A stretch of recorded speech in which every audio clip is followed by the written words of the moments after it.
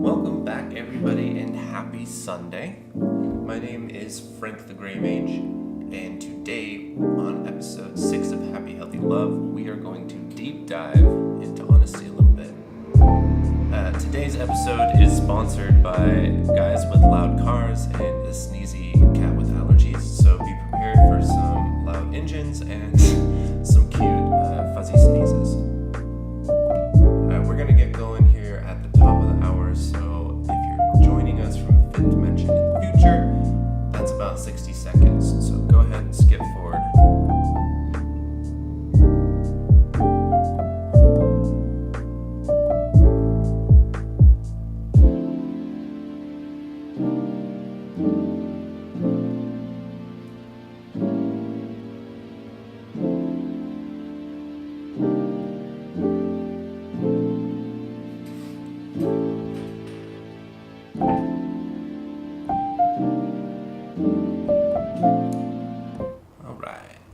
Let's get going.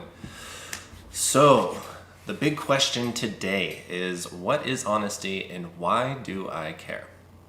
Well, as always, I like to start with Webster because that is a very common method of truth. So Webster has two definitions that I liked. The first one was the quality or condition of being honest, also known as integrity. The other one is truthfulness or sincerity. Okay, so starting with the condition of being honest, how do we achieve this condition for ourselves? Well, there's a couple obvious ones. I feel like you can be more aware and protective of how you define honesty, essentially, dodging fake news and that kind of stuff. But I actually want to deep dive today, so we're going to jump into some of the stuff that's less honest or less obvious. Things like how we're dishonest to ourselves. Right? So one of the first things, if you want to embody honesty, one of the first things you're going to have to do is you're going to have to stop lying to yourself. And this is no easy task. Right? Ask in honesty, do I lie to myself or do I hide things from myself?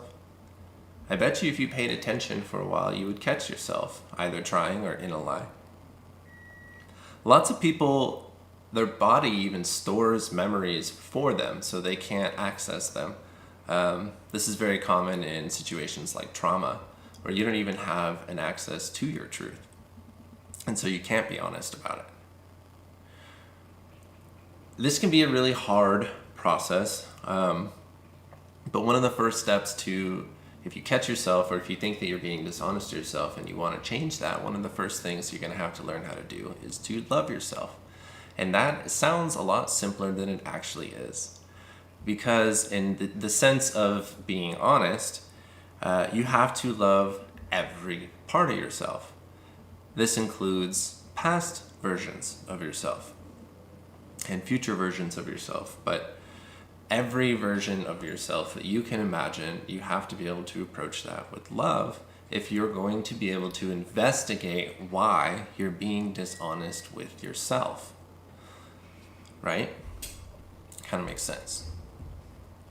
So, integrity, I think there might be a misunderstanding about honesty, and honesty is great and it's hard to find in this world, but I don't think that honesty is a fix-all. Because of integrity. Integrity being an ingredient in honesty, if you will. Everyone defines integrity differently. And so that makes everyone's version of honest a little different. Right?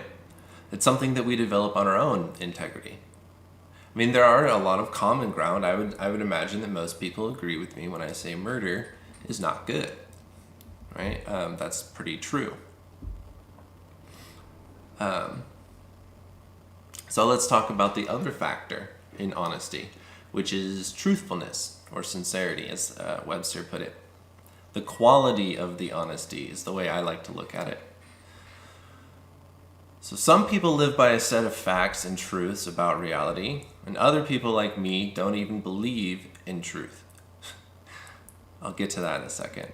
But no matter what it is, like a puppy, an apple, or even like nothing itself, There's always a deeper truth to your current level of truth. Ignorance is a version of dishonesty. Maybe not, but you get what I'm saying. The human experience itself is not designed to harbor true nature in its totalness. We often clump up facts that seem to fit together and call that truth instead. And what I mean by this is sometimes there's this idea called willful ignorance. Sometimes we like to observe only what we want to hear. We create things like echo chambers through social media so that we can kind of fuel our dishonesty. We can keep our view of the planet small. We don't have to ingest all of the truth of the world. I understand why that might seem enticing, right? Because the truth is, there's a lot of ugly crap going on all over the place. All over the place. Some of it's in your backyard, some of it's, like in other countries, but it is everywhere. And so I can totally understand why people would want to hide in their own lies. The problem with lies, though, is that if you can't be honest with yourself, then you'll never live your truth because you don't even know what it is. Eventually, you might even start believing your own lies, and this is called disillusion. This is how you lose control of your reality and give it away to the keeper of all the lies. Question: how much truth do you think you speak? Now, I want to reframe that after a second of thinking about it. How, like, in your everyday sentence, do you think that you're speaking purely truth or honesty? So I want to talk about some barriers that are innately a part of human life to honesty. So there is the challenge of language, not just the languages of the world, but within one language, right? Like a human being who speaks any language these days, no matter how smart they are, because jargon and slang are on the up and up, all languages are expanding outwards. And so even if you are a spelling bee champion or you're one of these really gifted people with words, you can't keep up. You can't keep up with the rate that language is expanding. And so therefore, the percentage of language that you can speak with other people who speak the same language as you, or English in our case, the way that you can translate them and the level of understanding that you can have with other English speakers is shrinking as the language grows. And you know less and less of the total experience of what English possibly can be and is for other people. That one's pretty wild to think about. So, what about interpretation? That's kind of the other side of the coin. You might say something and it might look like it lands, but you might be interpreting their physical cues wrong, and they might be interpreting your language incorrectly. Interpretation can be a huge barrier to truth, and it can be one of the bigger factors into why we mistranslate or misspeak. Like text messages. How many of us haven't screwed up on a text message because we didn't mean what we said, right? But the thing is, you didn't say it. If you had said it, you might have meant it. That's weird, right? 70% of language, they say, is translated through everything except for the word choice itself, right? So text messages, like, you got to really get into. That's why people like emojis so much. That's why people like emojis. It helps express the unexpressible with just flat literature. Right? There's also personal bias. This is kind of cracking open the way that we are not honest with ourselves or we lie to ourselves. Personal bias is impossible to get rid of. So how do we have an integritous personal bias? Well, I would say that you seek balance in everything.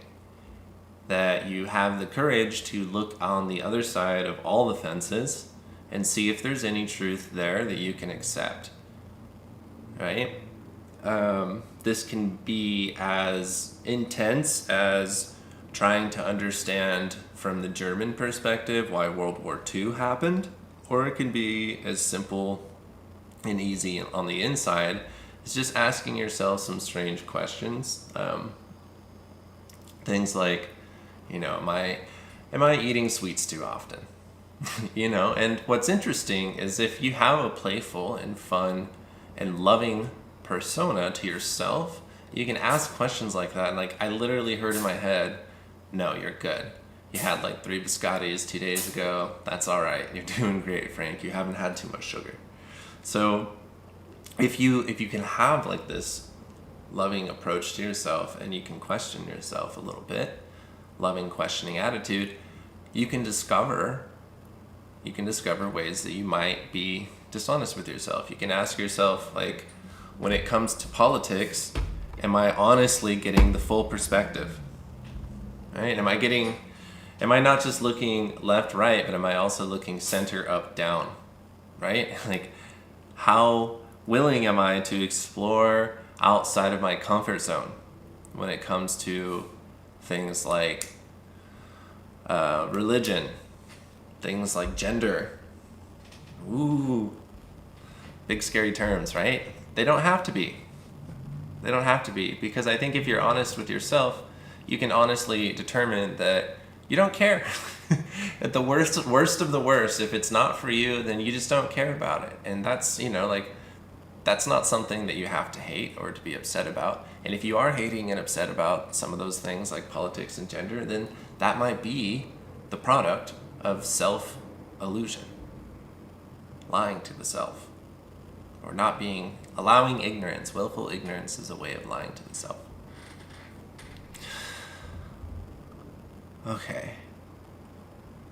So there's this interesting fact that makes memory a candidate for why honesty can be hard, right? Because it's embarrassing. It's embarrassing to be caught short in memory or to run out of memory when you're trying to explain things or the memory's just not shaping up the way that you want it to. But ugly truth, from the day that pretty much somewhere between the time you're born and the time that you hit like 25, your brain is no longer prioritizing expansion.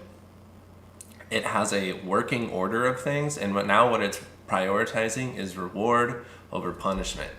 And so we start to fall into more habitual situations and get less and less exposure, which B makes us reinforce whatever current version we are.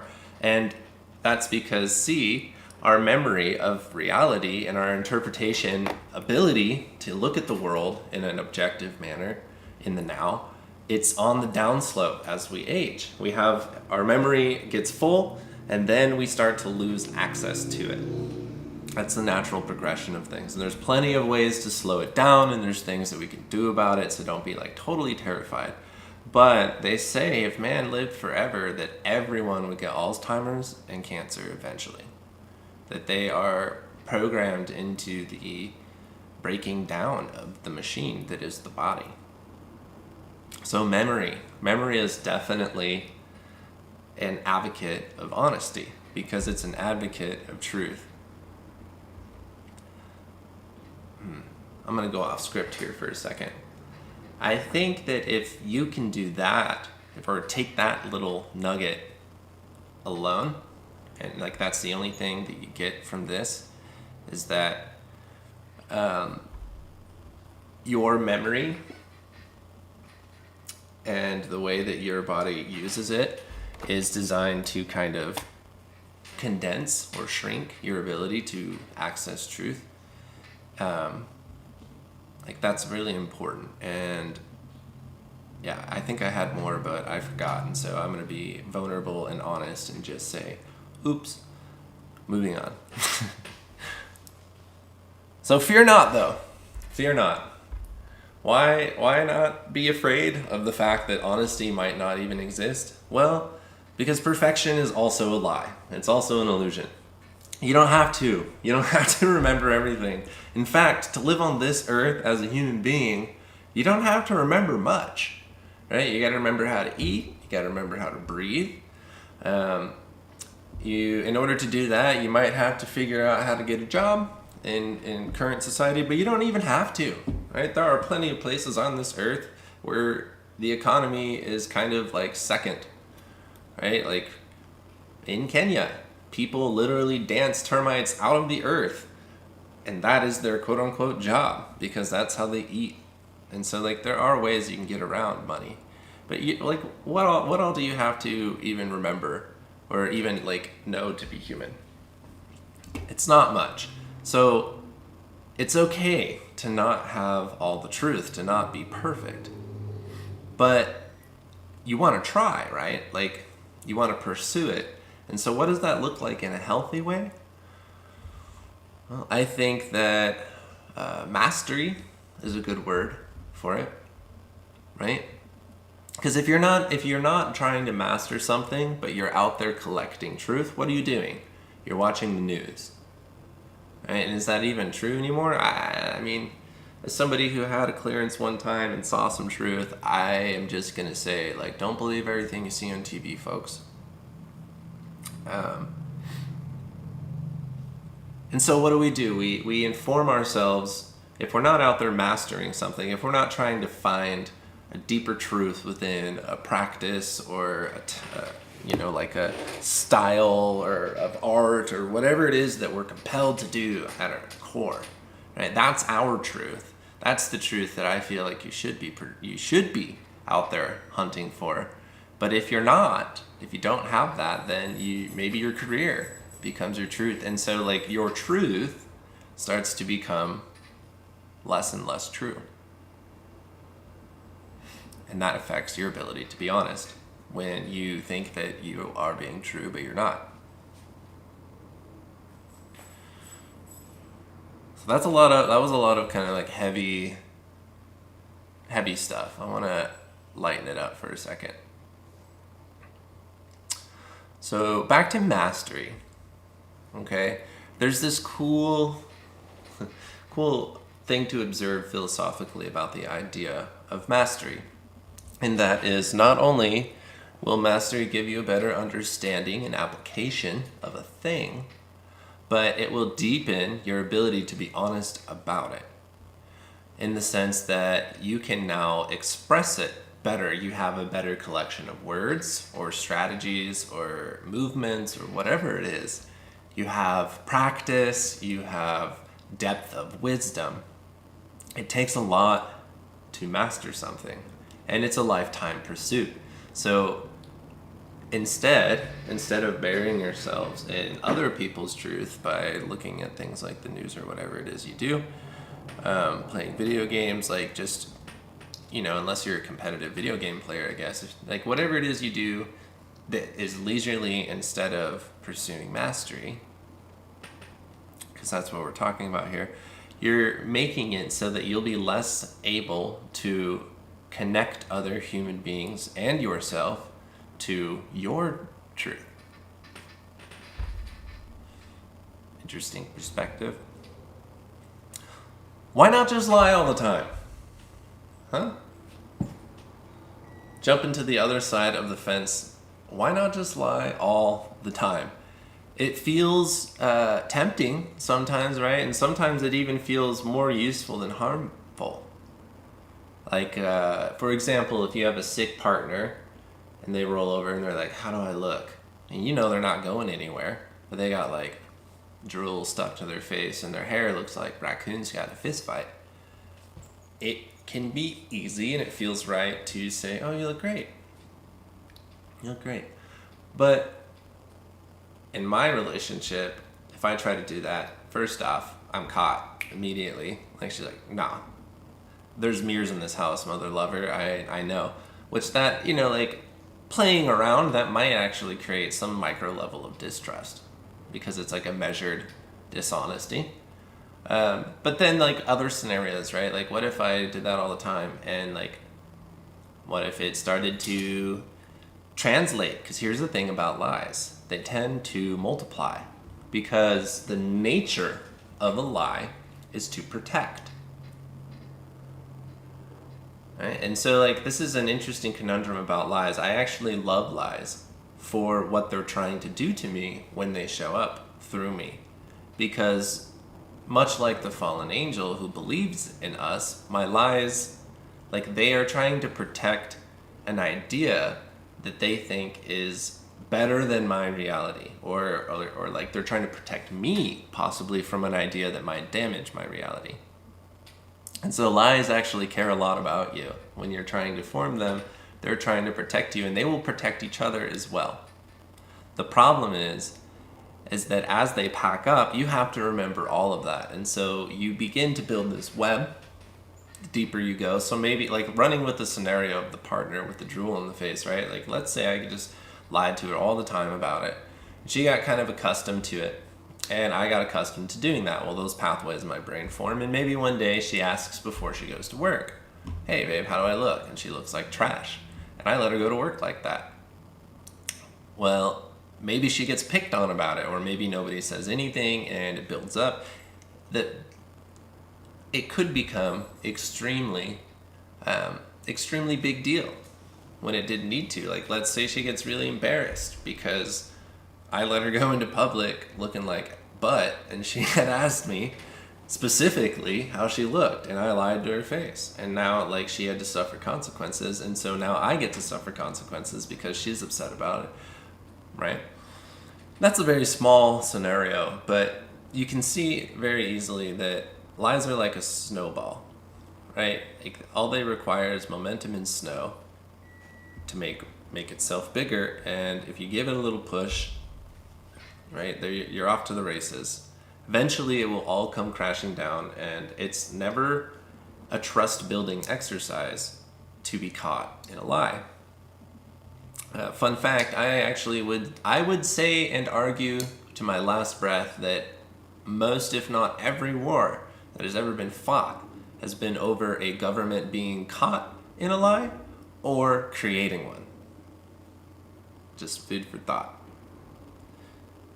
People don't kill people, lies kill people. No, people do kill people. Probably for lies, though.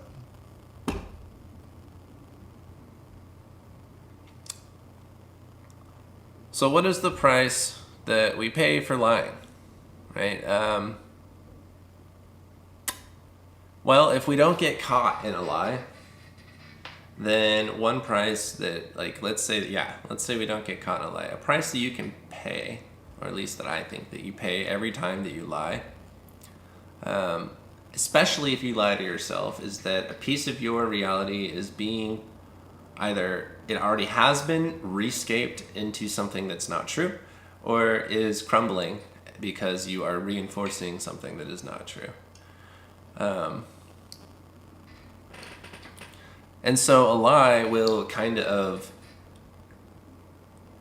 over time destroy what is real from your perspective, especially one that you're telling to yourself. But if you lie to somebody else and you continue to get away with it, there's this momentum factor, and mathematically, because whether we mean to or not, we tell a bunch of lies all the time. Mathematically, not all the lies that you tell will you even be aware of or will you be caught for. But even in the cases where you don't, these things affect places like your memory. And so if you lie to someone else, it very well could end up evolving into a self-lie. And as we talked about earlier, the more you lie to yourself, the further you slip away from reality, the less of your truth that you have access to, the less control you have over your life. As was being honest, though, and most everything, in fact, in my belief, everything, dishonesty is on a spectrum. So pay attention. Pay attention to yourself. See if you can catch any lies. Or better yet, before you catch yourself in a lie, see if you can catch yourself trying to fabricate one. And bring some love in. Have enough love to examine this thing. Ask yourself, what is this lie protecting me from, and why?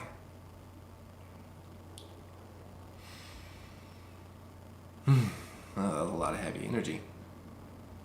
The dishonesty can be subtle and it can be accidental. right? And if you are a spiritual person, or if the word karma resonates with you, there is definitely a relation between the nature of honesty, dishonesty, and karma. A very strong one. I would consider honesty to be a major factor in the polarity of how your life is interpreted by yourself. What is your karma? What is your honesty? Pay attention when you're hunting for dishonesty, because it likes to show up as honesty very often. One of its favorite forms is either partial or selective truth. The word fact, in fact, is a lie. In the sense that a fact alone will always be a small part of the truth. And the truth is probably not even accessible through the 10 gigabytes of brain space that you've been provided as a human being. All right, so be on the lookout for the dishonesty in the honesty. That will give you the balance that we were talking about earlier. And that will give you the integrity. So I had a guest hop in. I feel like this is a good pausing point for me. I'm pretty much at the end of my speaking points today. I want to check in and see how you're doing, Nullify. How do you enjoy that last little bit that you caught? Hey, interesting self-discovery for me as I accidentally lied to myself about the time of this event happening here, and set my alarm wrong and took a little bit longer of a nap than I expected. Now, well, thanks for being honest about it now. Interesting perspective to bring honesty and dishonesty to accidents. But I do feel though, if you honestly can look at yourself objectively and say, I think I could have prevented that. Maybe you were being dishonest when you let yourself not. And I don't think we need to be hard on ourselves for these little mistakes, but it is a fun experiment to kind of use the angle of honesty to kind of examine common everyday life things. I've been looking at that actually quite a bit recently, so it's interesting timing of that convergence, because I found that my own blind spot shadow version of myself likes to do that sometimes as well, to the point where what you were saying earlier about how dishonesty can take the stance of honesty quite often, and I've definitely seen that in myself in the past. I had to take ugly looks at the way that my personality was limiting me in my life. Yeah, I think that's a healthy healthy and admirable thing to do. It's part of the work. For those of you that understand what that very vague and large term means, it's definitely part of the work. Honesty, especially if you are doing any sort of trauma recovery, like honesty is part of the medicine. For sure. Yeah, I also have heard this term used in a three-way exchange of terminology, which is honest, open, and willing. I think those go together powerfully. Yeah. I'm gonna recap, because I like these definitions were kind of the cornerstones of my conversation today. How actually Webster defines these. I actually liked Webster's definition today, because there's two of them. And so I asked, what is honesty? And what I got back is the quality or condition of being honest, integrity. And I like the word condition because it it panders to a state of being. And then the other definition was truthfulness, sincerity. And so that's what we were kind of diving into today, is like, what is the condition of being honest or integrity, and how do we measure truthfulness and sincerity? And I actually didn't quite get into sincerity yet. I was saving that. But yeah, maybe I'll get into it here in a second. Well, perfect. The most relevant one for an Aries. That's funny. So I'm gonna jump back a little bit though and tie it into what I was speaking on about 5 minutes or so ago, which is mastery, and how mastery is kind of a portal into the pursuit of truth, because perfection, other than the sacred geometries, I don't know of any perfection, and that's only conceptual perfection. I don't even think like the image in my head, the brain image I'm rendering, is actually in perfection. So I'm not sure if perfection exists, but the pursuit of perfection and mastery, if you do it with dedication or sincerity, then you will find the deepest level of truth that you have available. And the more sincerity and dedication that you can throw at things like self-mastery, the more truth you'll be able to express, the more truth that you'll be able to embody, and the more honesty that you, not only will you own for yourself, but a funny thing about honesty is if you have it and you work with it, dishonesty becomes very, very clear, and it becomes easy to track other people in dishonesty, especially when they're in the realm of your mastery. Right? And so sincerity is a factor in honesty with truth. That's the way I see it. It's truth times sincerity divided by 2 equals honesty. So truthfulness is like the quantitative, if you will. You know, like you can almost count lies. And so there's almost like this qualitative ability, like how long have I spent seeking this truth? Am I a PhD?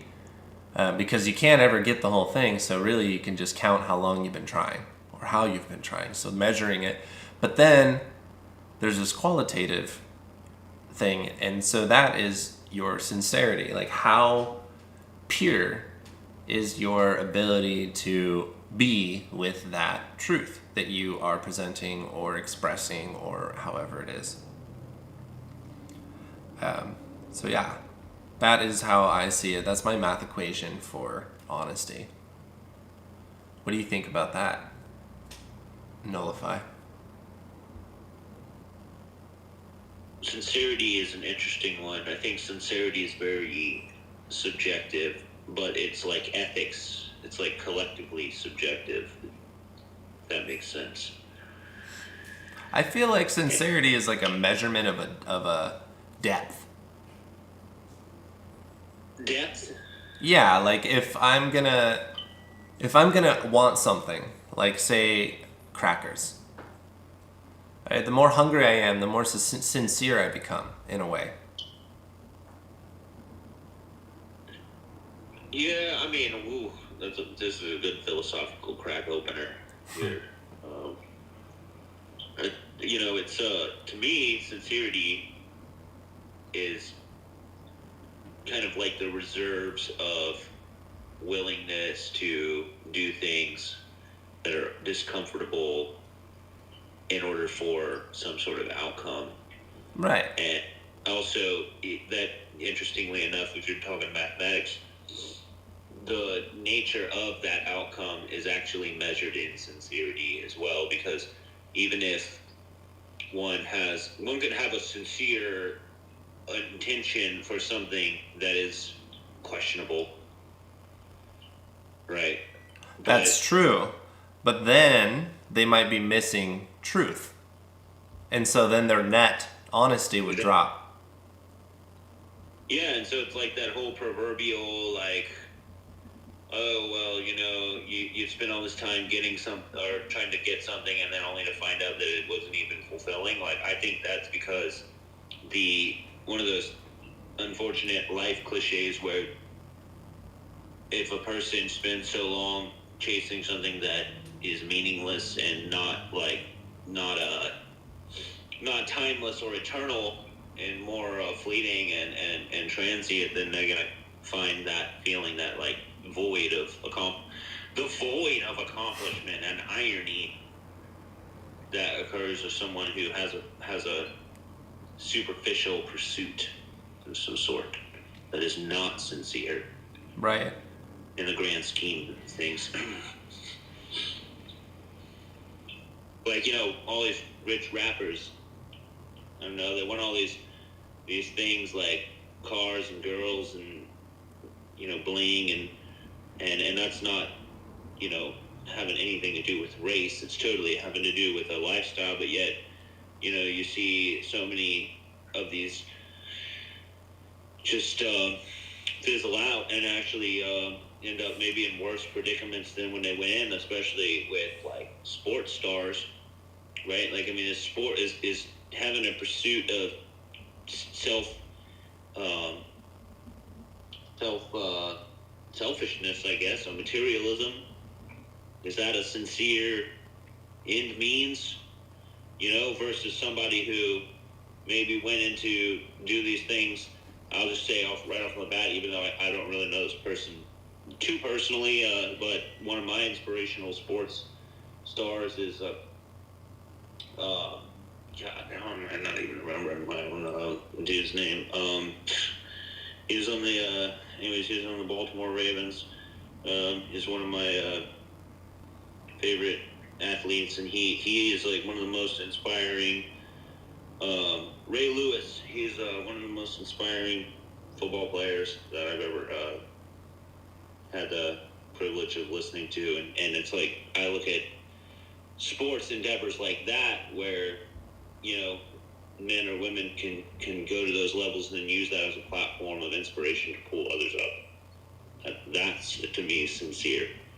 Well, and I would imagine that most people that make it to football, so that's actually almost like a career of sincerity, if you ask me, because every kid who makes it through high school has an opportunity, if you will, to try out for football. And if they want it, like, they normally have to want it more than everyone else to get there. And that's a lot of people. And so the only ones that get there are the ones that have the honest angle, the ones that are tall enough, the ones that are big enough, the ones that are competitive enough. And then there's the sincerity, the ones who are dedicated enough, the ones who don't chase girls all high school but chase gains, right? And so, like, the more sincere that they are to their dedication to football, which interesting angle on this, because I actually am not a huge fan of football. I see it as like modern gladiators, but it is a very sincere sport. Well, sports are sincere in general.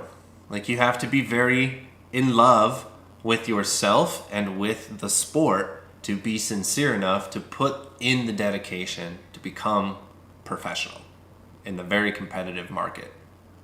Oh, totally. And also, it's good that we don't do gladiator stuff anymore. Right. Because, sports is like a more, even though, like, arguably, like...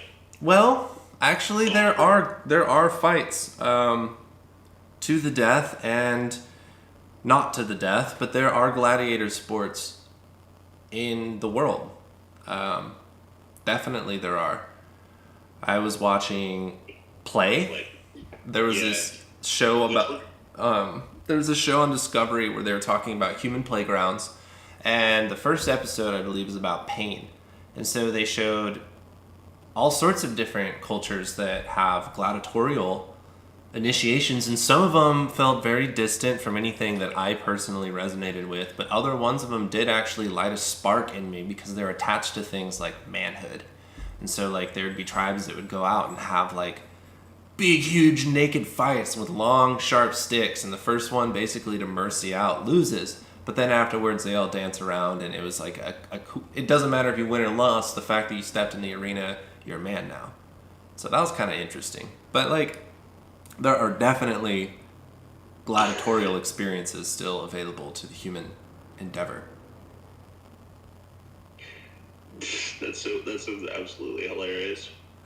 Actually, but yeah, I mean that's interesting. I see what you mean, gladiatorial. I think really what I'm getting at is that we don't barbarically murder people like they're slaves, and gruesome fights and warfare in an arena. Well, I think honestly there are places in the underground bellies of the world, and you might even be able to access some of them from your computer through the dark web, where this kind of stuff is actually honestly happening. Yep, they made that movie Bloodsport about it. One of those places. Yeah, I this is a little off topic, but I personally love listening to horror. I don't like watching it so much anymore because like gore has kind of gone this weird CGA route, and sometimes it's over the top even for me, and I'm pretty I got a tough gut. But listening to stories about the dark web and like the horrors of what could go wrong, for some reason, that scares me more than horror movies do. And I like that feeling, but that's just me. Anyways. Well, honestly, it's not mine. It's way off topic. I wonder if I could trace that out. Like, why do I enjoy... Ever since I was a kid, man, I just liked Halloween, I think, and so I like the art of gore. Well, it's, honestly, dude, honestly, it is like what you just mentioned about the manhood initiation, is that we use a stand of horror to hopefully condition ourselves to be able to be tough-minded, thick-skinned, and resilient in our mindset. And some people like it for different reasons.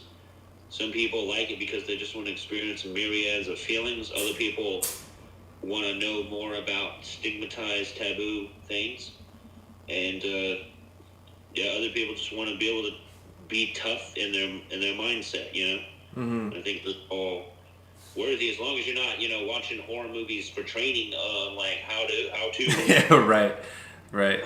Well, and you know what? Sometimes in my mind, it does feel that way, but it's not how to do, it's like how to defend. It's like, man, how are you gonna trip at this point? Like, why didn't you, so I do I do kind of have how to's, but it's how to survive, like Jason the Killer, not how to be.